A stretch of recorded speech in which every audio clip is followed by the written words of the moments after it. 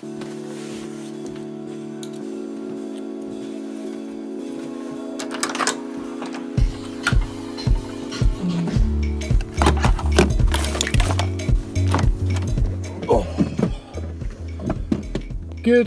morning. Good morning.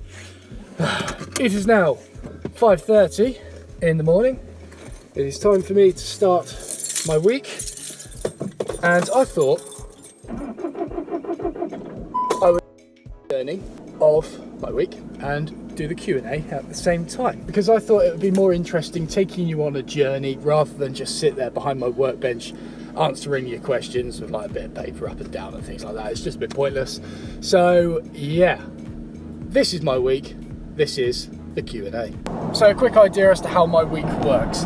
On Monday, Tuesday and Wednesday I teach at a furniture making school in Oxford called WOODWORKING. I will address more of that later. And then on Thursday, Friday, Saturday and most Sundays as well, I'm usually in the workshop filming videos or just tinkering around doing little bits that I want to do off camera.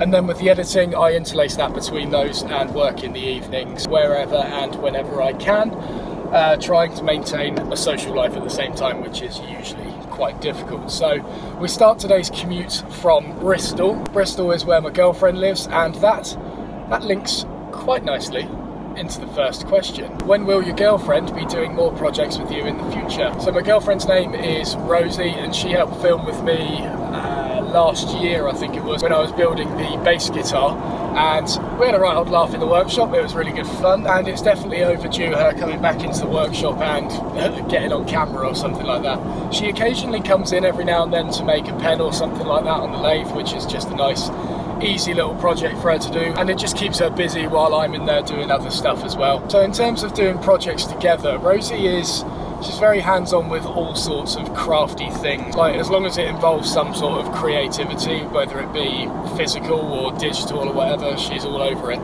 So she's got some ideas to make some little decorations and maybe little bits of jewellery as well, and then hopefully make them to sell. I mean, if you've ever been to Bristol before, you know that it is the creativity there and just the overall vibe of the place.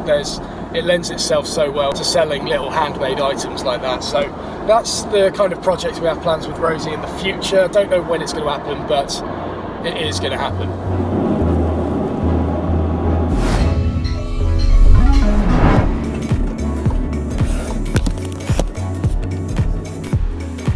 So a lot of people ask me where I work and study, and that is actually in the same place here in Oxford. And in fact, in this picture, that is me right there with my back to the camera on our massive Wadkin planer. So at Rycottwood we've got 3 main workshops and a massive machine room. I'll quickly walk you through them. So this is the first workshop. I had to get here early to get a parking space, so we are the first ones in the building at the moment. And in this workshop I teach the City and Guilds courses level 1, 2 and a little bit of 3 as well. I do that 3 days a week, and funnily enough, when I first started woodworking, this was the exact course that I studied. So it's kind of come full circle. I am now teaching the course that I studied at the very start, which is good because it means I can tell the students what I screwed up on. So at the moment we are making cabinets, and you can see we've got a bit of veneering going on here. I'm just picking this one because it's the only one out. Oh, there's one there as well. So these are made probably about 80% by hand. Hand-cut dovetails on them, which are looking lovely. These guys started in September and we're now in April, and they're all doing pretty damn well. The veneering is just insane this year. Like, it was nowhere near this good when I did it. And funnily enough, at the front here, I have got my original cabinet that I made while studying the course myself, complete with the most disgusting handles one could ever design. I don't know what I was thinking. I've got like Mario's moustache here, and then just like, oh, I don't know, like they're nicely carved and finished and stuff, but they just look horrible. The veneering I was really happy with, but yeah, this was a demo piece, so I'm just kind of taking it apart to show the students the construction of it as well. Yeah, it's pretty cool to be able to bring that in and show what I was capable of when I was at the student's level. I don't know what I was doing with this veneering though, that's awful. And then go into this workshop, which is the main City and Guilds workshop. So at the back there we've got some machines. I'll show you those in a little bit. Click on the old lights. So in here, this is where I teach my level 3s. Like I say, I don't do a whole lot with the level 3s. It's only one morning per week. But yeah, we've got nice old machines in here. Got a Robland planer, got a nice old panel saw there, thicknesser, spindle moulder. It's pretty cool in here, as well as disc sander, another spindle moulder, a drill press, and a bandsaw as well. Nice old StartRite 503. And in this workshop, the students are making this curved front table with 3 dovetailed drawers in it. The front one is just a straight up dovetail. These 2 are angled dovetails, which is very challenging to cut. Again, the majority of this is all done by hand, so we've got mortise and tenons at the back, lap dovetails on the top of the leg here. This side stretcher is dominoed in with the festal, because you very rarely cut mortise and tenons by hand in industry nowadays, so we kind of teach both the hand cut method and also the modern method of joining material together as well. So during City and Guilds, we give them one set project to do, but then they can also design little bits within that as well. So like you can see on the bottom of these, we've got all these different stretcher designs, some simple, some pretty wacky. Like, look at that, it's pretty mental, isn't it? And then while teaching them, I'm keeping myself occupied by making this 1:3 scale model of the exact table that they're making, and I'm trying to do it all exactly the same. So we've still got those same dovetails on top of the legs. You can see the drawer stretchers are still dovetailed in, lap dovetails on the front of the drawers, the whole shebang. It's very difficult and different working on this scale because, like, apart from anything, clamping this together without breaking it. Like, these sides are 3mm thick on these drawers. Those tenons are 2mm thick, very, very fragile, and just by clamping them a little bit too tight, it's just going to blow up that entire thing. They also do a veneered top for these tables as well, so I've got an example of one under here. This is like the wackiest thing you've ever seen. This orange blob here is an orangutan, believe it or not. It's all veneer tapes at the moment, but when it comes off, that is going to look absolutely insane. So again, we let the students design these. Like, I just let them do whatever they want as long as it fits within the brief. Because although I got a lot from the course when I was studying it, I found that it was somewhat limiting and the path was too defined in some places. So with my design style, I prefer just putting something on paper and just refining little bits of it and just making it.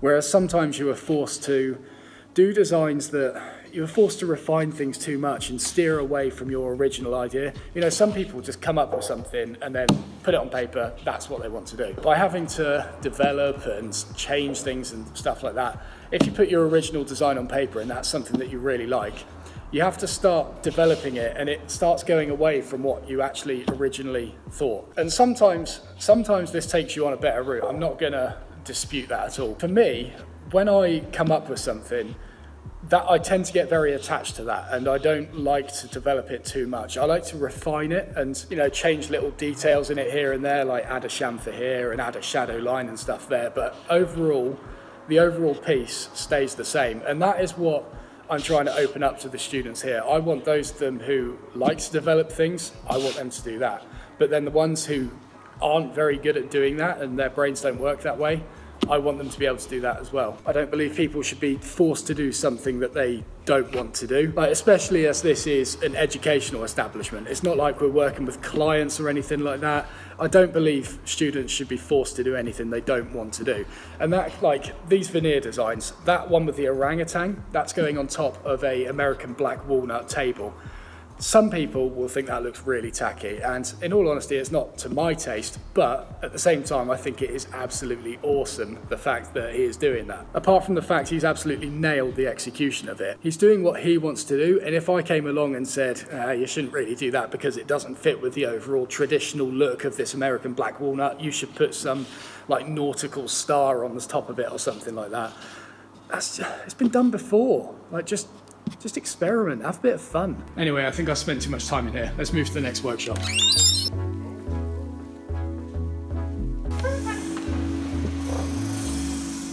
And then this is the degree workshop where I started filming for YouTube. So my first bench was over here up against the wall. I think it was this one. This is where I started building Cognition. And then over here, I think I was in that little space there, is where I was building the Krenov cabinet. And then if we go through here, this is where we've got a big old veneer press, steam chamber, veneer store, and then in here, spray room, and then we go out of that, and then this is the machine room, which is where I built my Roubo workbench. I set up a workbench in the back corner over there, and yeah, that is pretty much where you saw that entire series unfold. So we got all sorts in here, an SCM panel saw, another Robland panel saw, thicknesser, lovely Wadkin planer, definitely my favourite machine in here. Actually, no, I lie. My favourite machine in here is this Wadkin rip saw. This thing is just an absolute monster. And apart from anything, it just looks amazing on camera as well. Like, look at that. Radial arm saw, another spindle moulder, another spindle moulder, lovely disc sander that once upon a time sanded my Roubo workbench top, probably the biggest thing that's ever gone through it. And then in here is the material store and wood store. So this is where I teach and is where I studied for a total of 5 years. City and Guilds level 1, 2 and 3 for the first 2 years, foundation degree for another 2 years, and then a Bachelor of Arts degree in the 5th and final year. So a total of 5 years of study, and then I did 1 year's artist in residence at the Silver Wood Centre, which was my previous workshop, and during that time I was teaching evening classes back here at Rycottwood. And then after that year, I've ended up coming back as a part-time teacher, which is where I am now teaching the City and Guilds level 1, 2 and 3 since September. So I've got a long day ahead of me. Yeah, we'll answer the next question in a bit. Right, it's now the end of the day, 5 o'clock, time to go home, but let me show you my progress first. I have glued up the drawer to fit within my mini table. Look how bendy it is in there. And I think this may have been one of the questions that you guys asked as well. Any tips on gluing up carcasses? The first one is get yourself some of these parallel jaw clamps. They make things so much easier. These are light duty ones from Axminster, but they also do heavy duty ones. You can also get Bessie clamps. Parallel jaws make things so much easier. The other tip I have when gluing up carcasses is never, ever, ever use a square. As you've just seen with that model table that I was building, all the sides are bent in, and that happens quite a lot on a small model like that, but it will also happen a tiny amount when you're gluing together, like this is just a full-size drawer. It will still happen to an extent with these as well, so if you put your square in there to check if it's actually square, it's like trying to measure if a banana is square to a wall. It's just not going to give you a true reading. What you actually want to do is either measure the diagonals with a ruler or get these things called pinching sticks. It's just 2 little rods that have pointy ends on them, and what you do is you pop them inside the carcass, draw a line across both of the rods, and then check the other diagonal as well, making sure to push the rods in the same direction. I think it was that way. And then if that mark lines up, it means it's square, and if it doesn't line up, then obviously it means it's not square. So those things are called pinching sticks. That's what we call them. I'm sure there's other names for them as well. Maybe story sticks. I think that's something else. I don't really know. But there you go. Little tip for the day. Let's get going on. Alright, so while we're driving home, might as well answer another question. What got you started woodworking / filming? Whew. Long story. So, what got me into woodworking? I was studying GCSE resistant materials, which is basically design technology at secondary school level, and we had a bespoke box maker come in to help out as a substitute teacher, and turns out he was just way more skilled than the main teacher, to be honest. Like, the boxes that he produced were worth thousands of pounds, and I had no idea that this level of craftsmanship existed before then. As soon as I saw it, got instantly hooked, started asking him about like where to learn and things like that. And then after lots of research, I discovered Rycottwood in Oxford. And by this point, I was about 3 or 4 months away from starting at the college that I had enrolled at. I was originally meant to study things like history and electronics and music and just things that I wasn't really interested in. It was just somewhere where all of my mates were going. I thought it would be a bit of a laugh. So I dropped out of all that, went to Rycottwood. Never regretted it. And when I started Rycottwood, I did level 1, 2, 3 City and Guilds for the first 2 years. The first year of foundation degree during the 3rd year of my time at Rycottwood, and then in my 4th year, 2nd year of the foundation degree, that was when I did my first video. The reason for my first video, or the reason I got into it, it's always been something that I wanted to do. I've been filming things since I was really young. Like me and my mates, we always used to love doing jackass videos and things like that.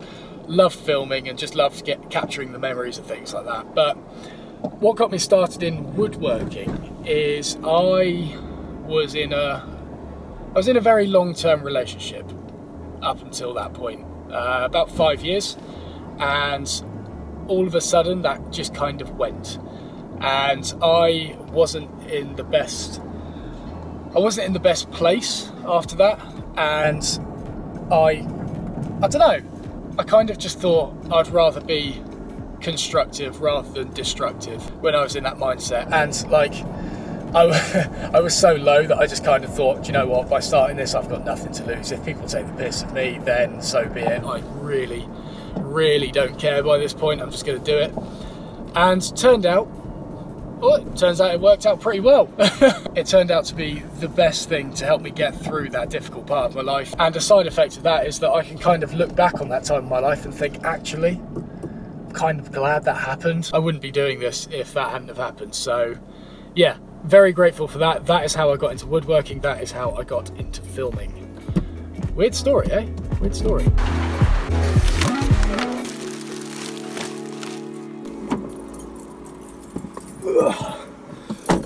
Love-hate relationship with that place. Love-hate. Not good time to go in rush hour. Not a good time for your card to be declined. Thank God for Apple Pay, eh? Right, question is, can I answer 2 questions between Audi and home? Are you Jon Snow? Yes. Damn. What weight do you bench and squat? I've been so bad at going to the gym recently. I used to be really good at going like 5 days every week, and now it's like once, if that. I don't know. I like the idea of going. I've got the motivation to. I just don't really. I've got other things that I would prefer to be doing than going there. So in response to your question, let's not talk about now. Let's talk about what I used to be able to do, because that's far more flattering. In fact, no, it's not. My bench was absolutely awful. My max on bench was like 95 kilos, and yeah, that wasn't great. My max on squat, I did 140 for 3 once, which I was really happy with. Like, I'm pretty sure my pants changed colour when I was coming up for the 3rd rep, but yeah, I was quite happy. Damn it!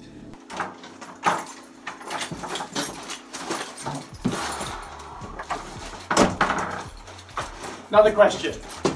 Are you Joe Wicks?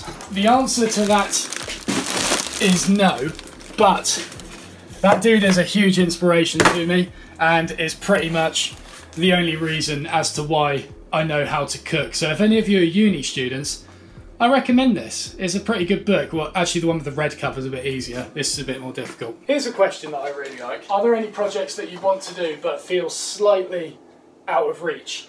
Yes, there is. There most certainly is, and that is what I'm kind of preparing for with my metalworking series.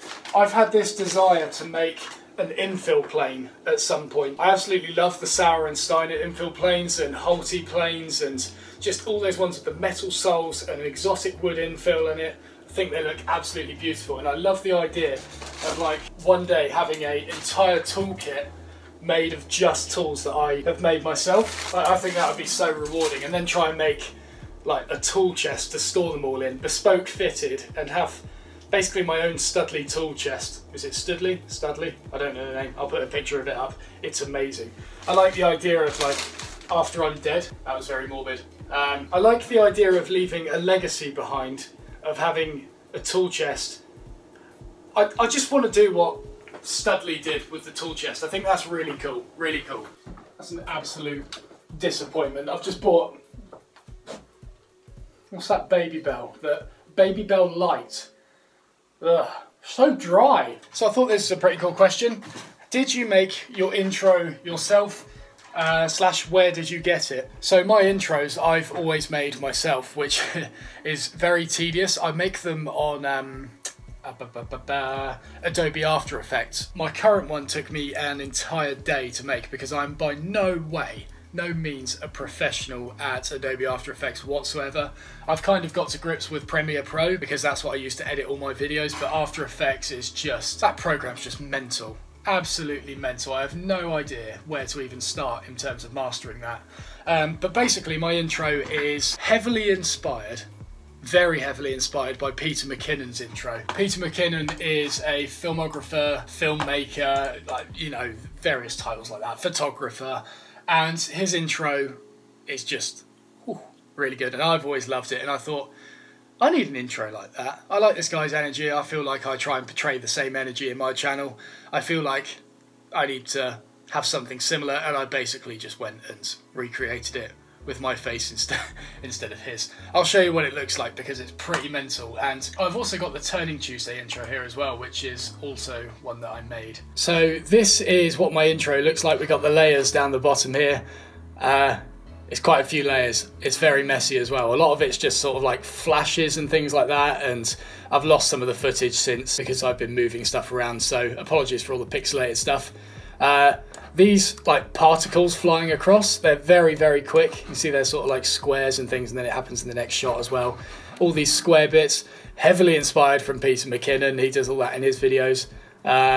I'm missing most of the footage here, aren't I? But yeah, it's basically just a load of glitch effects and things like that. And if you want to do something similar, it's fairly easy to find tutorials on how to do that on YouTube. And then you just kind of bodge it together like I've done here. I'll show you the Turning Tuesday one as well, because I think that's a little bit, I think that's a bit better. So here we go. Here's the Turning Tuesday timeline. Again, lots of flashes. I can't even remember what half this stuff is. I really should start naming them. I've got things like sound effects in there as well. Oh Lord, wow, that's very bright, very bright. So yeah, flashes to start with, and then a glitch effect, and then it goes into a cool thingy there with my signature being written. That's probably, yeah, that's this bit here. So that's keyframing along, more particles flying across, as you can see. I've dropped the resolution of this quite a lot, so it actually has a chance of loading, by the way. Yeah, lots of RGB splits and things like that to add to the glitchiness, fuzzy bits, and then it's just me staring cluelessly at the camera, ready for some turning. It's intense, isn't it? So yeah, I do all my intros myself. I haven't outsourced anything apart from the few videos that I've done with Rob, where he's been editing them, but otherwise, it's all made by moi, which takes a fair bit of time, but I really do love doing the editing stage. It's like a whole new artistic thingy to indulge myself in. You know, woodworking satisfies the physical side, editing, filming satisfies the digital side of things. So yeah, I really enjoy doing it, and I use Adobe for pretty much everything. Premiere Pro, After Effects, Lightroom for all of my thumbnails, Photoshop for little bits here and there. I just like the way that Adobe all sort of links together, and yeah, it's really good. Next question. Do you have any tips on talking in front of the camera? It's black and white.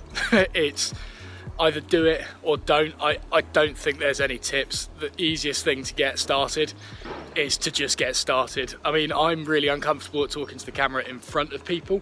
So like at the moment, yeah, I've chosen a time when I'm not passing anyone. In fact, there's a car coming across now and I feel very, very weird, but I'm gonna stick with it. Yeah, see, I still feel really uncomfortable at doing this, but if I was to give any tips, it would be start filming by yourself and you've just got to get started. You will get better with time. I'm still getting better with time, but yeah, it takes a long time, unfortunately. One thing I will say though is when you edit for the first time, you will absolutely hate the sound of your own voice. Don't worry about that at all. Has anyone in your life ever brought you up on the fact that you have a weird voice? Probably not. That probably applies to like 99% of you. Your voice isn't weird, it's just because you're not used to hearing it. So not liking the sound of your own voice, completely normal to start with. I pronounce my S's very harshly sometimes, which the microphone picks up pretty bad. But yeah, that's completely normal. Don't sweat it. One thing I also forgot to show yesterday is this Dovetailed Box. This was my first piece for City and Guild's level 1 furniture making. Look at that dovetail. It's all right. Few ropey bits on it. Oh yeah. Look at that. Obviously a veneer top on it. A little bit dusty, but yeah, it's not bad. Handle on this one isn't as bad as the the disgusting thing I put on here, or the disgusting things that I put on here. So it's now the end of the day, and I'm just kind of like killing time before the evening class that I'm due to teach later tonight, starting at 6:30. Thought it'd be quite a good time to answer a question. How important do you think your formal education was versus someone who's learning from DVDs, books, and other media like that. I think there is a lot of benefits to formal education, but that's not to say you can't achieve the same thing from not going to these colleges. What I love about this place, Wood, is we've got like 50 benches in here, which is 50 different brains working in 50 different ways. The collaboration that goes on in here is insane. Like, we have scheduled meetings where you can like bounce ideas off one another, but also you just get like a guy on the bench next to you will just recommend you try this, or like you'll see a girl at the other end of the workshop do this really cool thing with different techniques, and you just get some random idea from that. That, I think, is the best thing about formal education. It's the people surrounding you. That is what you get the most from.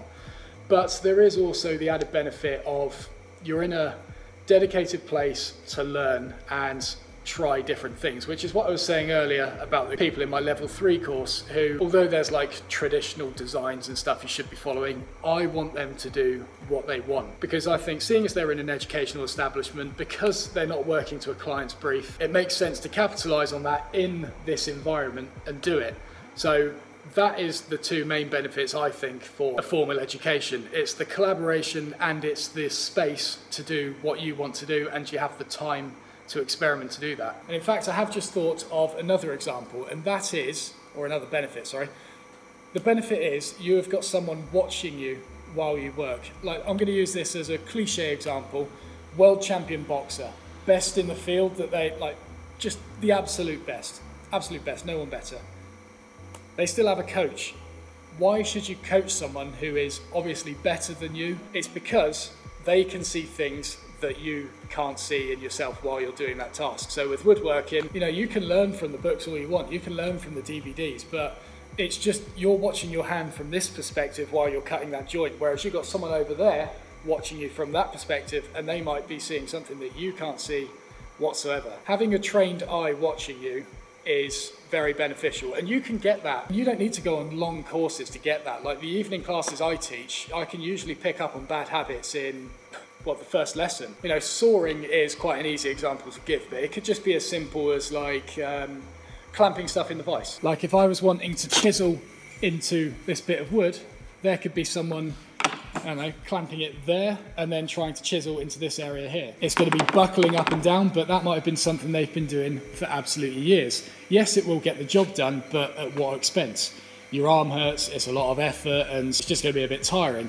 Whereas me, standing like there, I'll come over and go, just move it there, clamp it there. Now that chiseling surface is directly above this leg, and you have got a lot more power transfer there, even compared to somewhere like this, where you've got an empty space underneath. And by the way, those were tips from my video, how to chisel correctly. Link is up there. So in answer to your question, yes, there is a benefit to formal training, but it's not the end of the world if you can't. Just get yourself on like a 5 to 10 week evening class, and you will pick up a lot from that.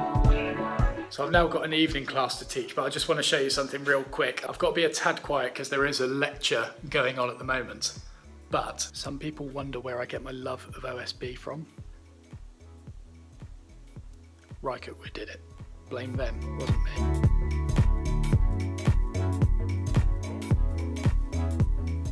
Okay, now I really have to set up this evening class.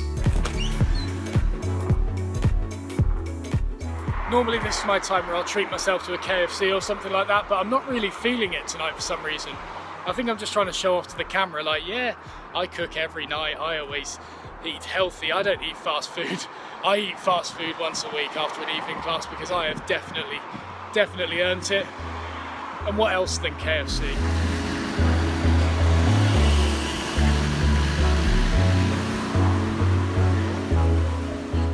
After the evening class, final day of the week at Wood. After that, free man. I'm in the workshop for the rest of the week. Next question. Have you / will you ever use resin in a future project? I have already done that. I made a natural edged walnut desk, I think as the second project I ever did for YouTube. And like it wasn't a huge resin pour, I'm not gonna lie. It was just kind of like a tiny little crack in it that I put butterflies in. Dyed the epoxy black, poured that into it, and it looked pretty sweet, much better than having a huge void there. So yes, I have done it in the past. Is it something that I'm necessarily interested in? No, not really. I think other people do it a lot better than me to start with, like the things that Evan and Caitlin have been experimenting with, and obviously Matt Cremona's done a little bit of it recently as well. I'm not necessarily interested in it as such, but I am still open to doing it if the right project comes along. So it'd be very easy for me to say that I prefer doing more like joinery based things like dovetails and all that, but then like for the bass guitar I made, that had all these natural cracks and stuff in it with bars running through them, and like I could have quite easily done an epoxy pour with that as well. So like I don't know where the line is with it. I don't actually have one. I guess the answer is yes, I have done it. Yes, I am interested in it. I'll just wait until the correct project comes along. I'm going to do a quick plug here. This is Sean Evelegh's bench. If you're interested to see what the degree at Rycottwood consists of, that guy is filming every project, everything he learns in the degree throughout his time at Rycottwood. He's in the first year. I started filming in the second year, and it was at the end of the second year. So he's got a whole year and a half's worth of content ahead of me before I even started filming videos, which, yeah, biggest regret. Those of you that want to start a YouTube channel, the biggest regret I have, the biggest regret is that I didn't start earlier. So if it's something you're considering, just get started. Like, seriously, it is a huge regret of mine. I wish I was in his shoes. I wish I was in his shoes and being able to start this again and being able to document that journey, but I'm not. I can only look. So his channel is in the description. His name's Sean Evelegh, and yeah, he's got some pretty cool stuff going on. Okay, here's a good one. What sharpening setup would you recommend for beginners? I have already done a series on what sharpening stones I think are best, but I need to refilm some of those older videos, like the sharpening videos and the tool setup videos, because my thoughts are a lot more open. I've got a lot more experience since then, like even in the, is it 2 years since I filmed them? No, 1 year. I've had a lot of different thoughts and a lot of questions that need answering in those. But sharpening setup that I recommend for beginners and those of you on a budget, Scary Sharp. You can get it from Workshop Heaven. Essentially, it is sandpaper stuck to glass. It stays flat because it's mounted to glass. You can get it in various grits, like from something really coarse to something stupidly fine. If you tear into it and knacker it, like we've done with this one, then you simply peel off the sandpaper and stick a new bit on. It's so easy to maintain and use, and yeah, I really recommend it. Really recommend it. And whilst we're on the topic of sharpening, do you like the Richard Kell honing guide? This one? Nah, not really. Like if you have a chisel in this, you've got to sort of like hold it at the outside, then index fingers have to go over the wheels to allow them to spin, and like it's just quite awkward, I find, especially on the really, really narrow chisels. And like for plain blades, you've got to get this all the way open to 2 inches wide, so something like that, which means you haven't got a lot of space either side of the average size stone before this thing tips off. With Scary Sharp, it's always recommended that you just mount it to a huge sheet of glass, so then you don't have any edges like this. But if you're using this on a water stone or an oil stone or a diamond stone or whatever, then yeah, that becomes a little bit annoying. The good thing about this is, I did just say that it's bad for narrow chisels.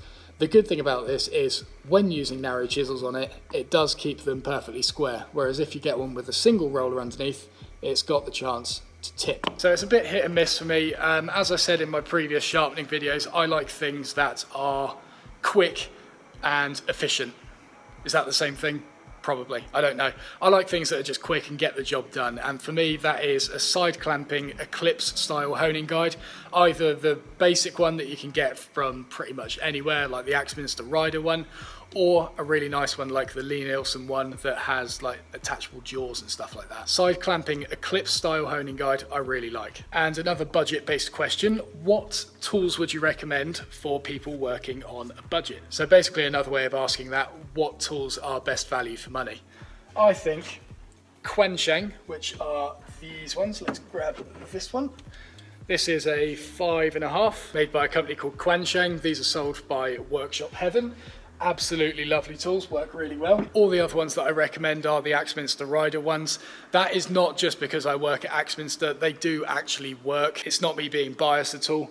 Quangsheng work really well, Axminster Rider work very well as well. Links to both of those are in the description. I do think that the Quangshengs are finished a little better in terms of the knurling and the adjustments, but in terms of functionality, exactly the same, exactly the same. Right, it is now the end of day 3. Check out this mad progress I made on my little side table. The drawer glued up just fine. Got the bottom fitted. Of course, I've gone for cedar, so it smells pretty good in there. Tiny dovetails on the back as well. Yeah, like it needs a little bit of cleanup, but I think that is pretty cool. So I'm going to start working on the top next, I think, for the veneering and the lipping and everything. I'm putting off the 2 side drawers at the moment because I'm too scared to start them. But it could definitely be better. Most of that line at the top is a pencil line. It's not completely gappy like it looks like on camera at the moment, but yeah, pretty cool.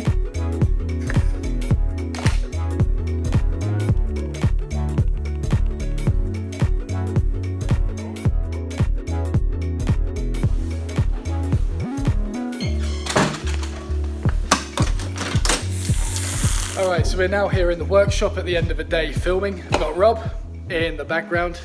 Here's a little wave. Hello. Hello. So I thought I would address a question while Rob is here. What is the easiest and what is the hardest thing about being a YouTube content creator? So I guess for me, like I do the YouTube stuff, but Rob runs a business on the side as well. And I think it's pretty much the same thing. It's just mine is more in the public eye. Yeah, you literally used the exact words I was going to say. Yeah. So like the easiest and hardest thing for me, the easiest thing at the moment is I think keeping it going, really.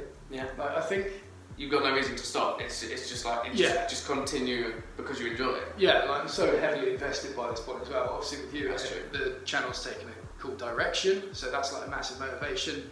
Comments coming through for motivation as well.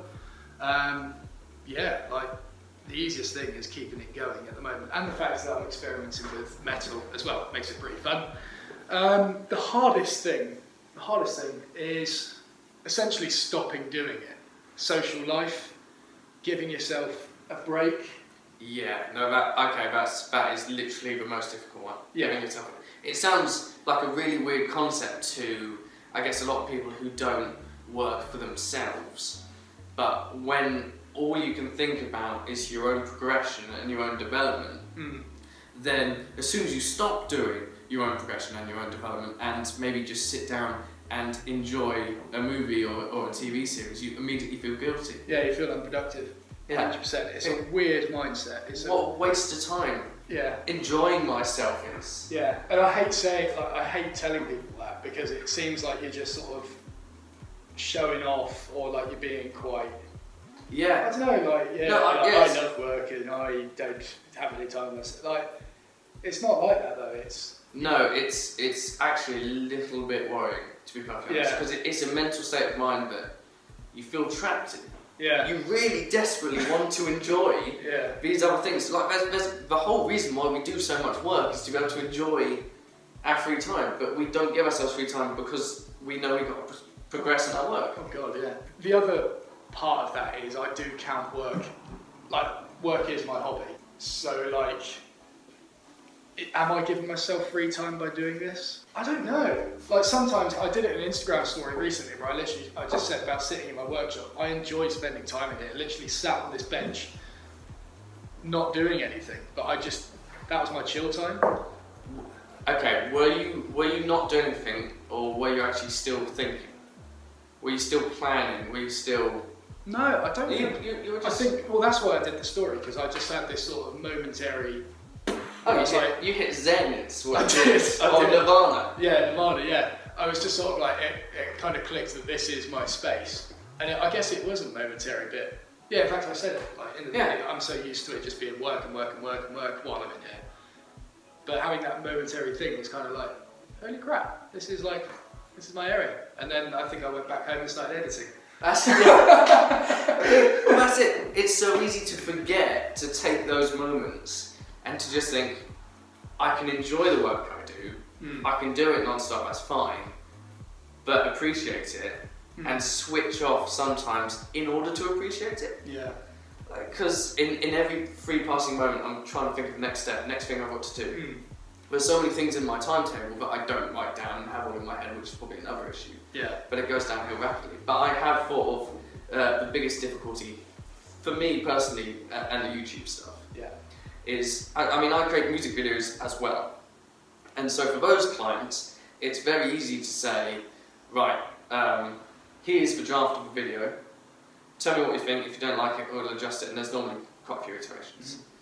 With you, it's great because you really get into the way that I've been editing things. I've tried to sort of match your style in the past, but also put my own style on it. But the problem is, it doesn't just go to you viewing it. Yeah. It goes to everyone, and suddenly all this feedback that I couldn't get while I was editing it, I couldn't get that feedback to then improve on. This is the final release. Now I'm getting this feedback of all these potentially negative comments. Yeah. And it's difficult to deal with that. Yeah. It's like get your first bits of hate. It's amazing. Like that first video with all the shaky camera work. Like their work, to be honest, like second and third video is probably 90–95% positive. Yeah. Which maybe more. Yeah. And the very few negatives I saw stuck with me. Yeah. And I always thought YouTubers were just like, who cares about the negatives? Just throw it out. Who cares? I just sticks to you. Yeah, no, dude, I still remember my first bit of hate. His name was Barry Maniloa. Seriously. Really? Yeah, it sticks with me. He didn't have a profile picture, but he had a brown bee. You know how it is? Yeah. So there was zero effort into it, and yet they have the audacity to respond. Yeah, like it was on my early tutorial videos, and he used to just like constantly. I think I ended up blocking him back then. Yeah. But like, it still sticks to you. Don't get me wrong; it's not scarred me or anything like that. I just remember him as being a general arsehole, to be honest. Yeah. Like it's not anything that's traumatic and stuff. So, yeah. But it just, out of all the things, out of all the positive comments you ever read, they don't stick. No. It's just the negative ones. Yeah, it is true. YouTube's rubbish. Yeah. What's the point? Should we end it there? Yeah. Yeah, go on. Oh God, how long was that? Right, it's now Friday, and today is going to be, originally it was going to be a day of the workshop, but now it is going to be a day of editing and general channel audit kind of thing. Like I've got a new banner to make for my YouTube thing, I've got the second channel to start getting together, and a few videos to finish off editing and start editing as well. So that kind of, I need to dedicate an entire day to that. But next question, how long till you give blacksmithing a go? I didn't know that I wanted to do blacksmithing until I saw Alex Duel. Then I definitely want to. Like, I just like the idea of just being able to whack something and not be like sawing and like really carefully chiseling stuff. I just want to hit something, start using a power hammer and stuff like that. Yeah. In terms of answering your question, how long till I give blacksmithing a go? Obviously, loads of you are saying that I should do a collaboration with Alec. He's away in America now. That's going to be quite difficult to get over there, but I mean, I'd love to do it. I'd love to do it. I guess it's just a case of getting on his radar next, because he's up there now. He's up there, to be fair to him. Question number 2. What is the most basic kit to get started off in woodworking? Let me show you. I have a profile on kit.com, which is just up here, where I have listed and got these cool cover photos for them now. I've listed every single one of my tools that I own. So like you can click on saws, and then that'll take you to all of my saws. There you go. So then some of these are linked to Axminster, others are linked to Amazon. That's a pretty good veneer saw. On that profile, I also have a kit that's like a budget starters kit for woodworkers. So it's, you know, I like buying expensive fancy tools because I use them day in and day out, but obviously a lot of you can't afford to do that, or maybe you can afford it, you just can't justify spending that amount of money on a tool, which is completely fair enough. So there's a budget woodworkers set on there. But I guess in response to your question, it's quite difficult. People always ask me this, what is the most basic toolkit to start off with woodworking? Depends what you're doing. It's so hard for me to actually say you need this, because there is always something that you're missing. Your best bet is to just start cutting some joints or something like that. Start trying to plane some timber down to thickness and just get started on the basic processes, and that way you'll get to learn what the basic tools are that you will need.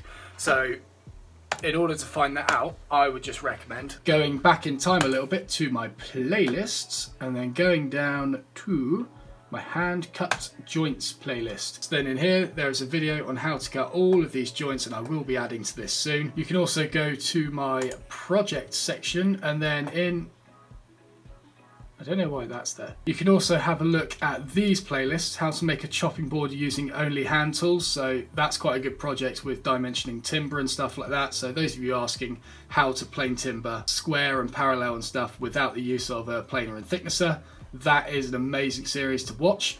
And then we got this one, how to make a book stand using cheap timber.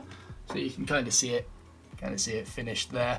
That is made using timber purchased from just a DIY supplier. Nothing expensive, all dovetailed together, and makes a rather little beautiful present that you can give someone. So get started looking at those three things: the kit profile, the joint series, and the beginner projects, and that'll give you a basic understanding of what you might need, and then you can just slowly build on that year upon year, project upon project, whatever.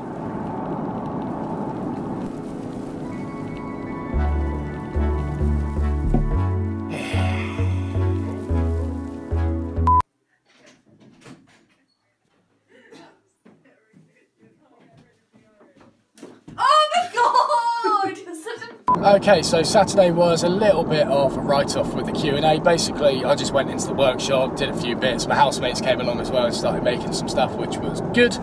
Then we followed that up with a bit of a big night out, and as a result, I'm not feeling great today, to be honest. It's about 4 o'clock now, and yeah, not good.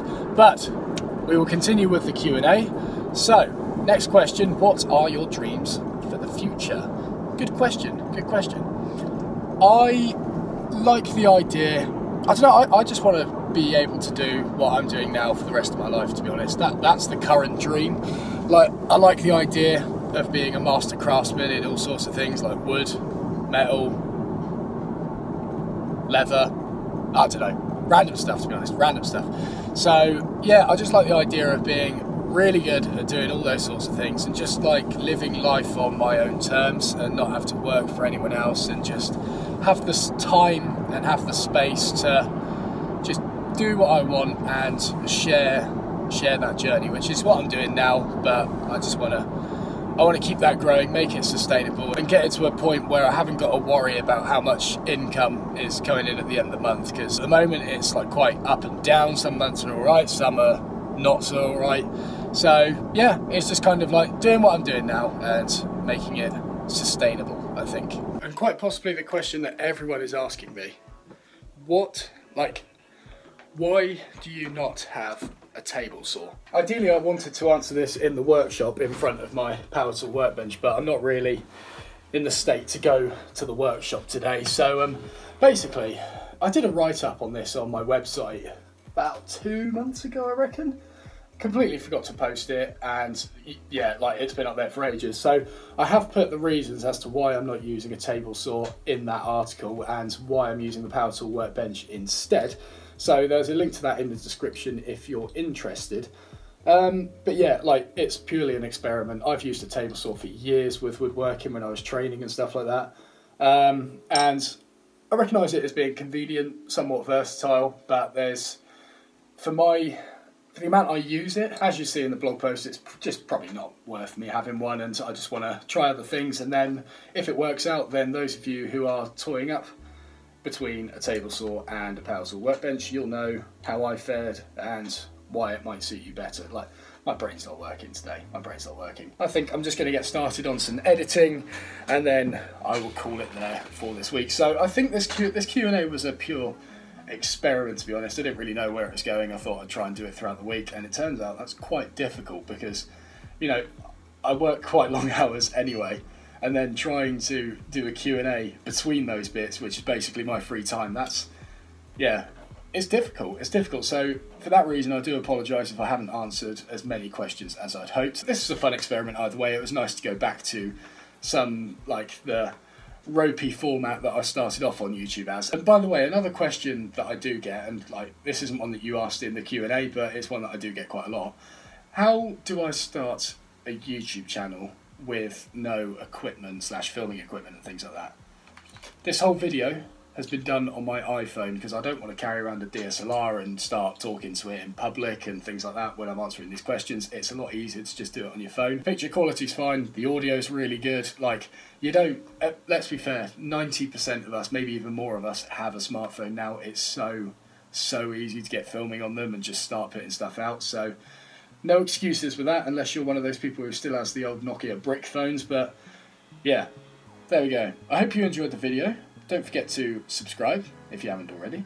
Like the video if you liked the video. And I'll see you in the next one.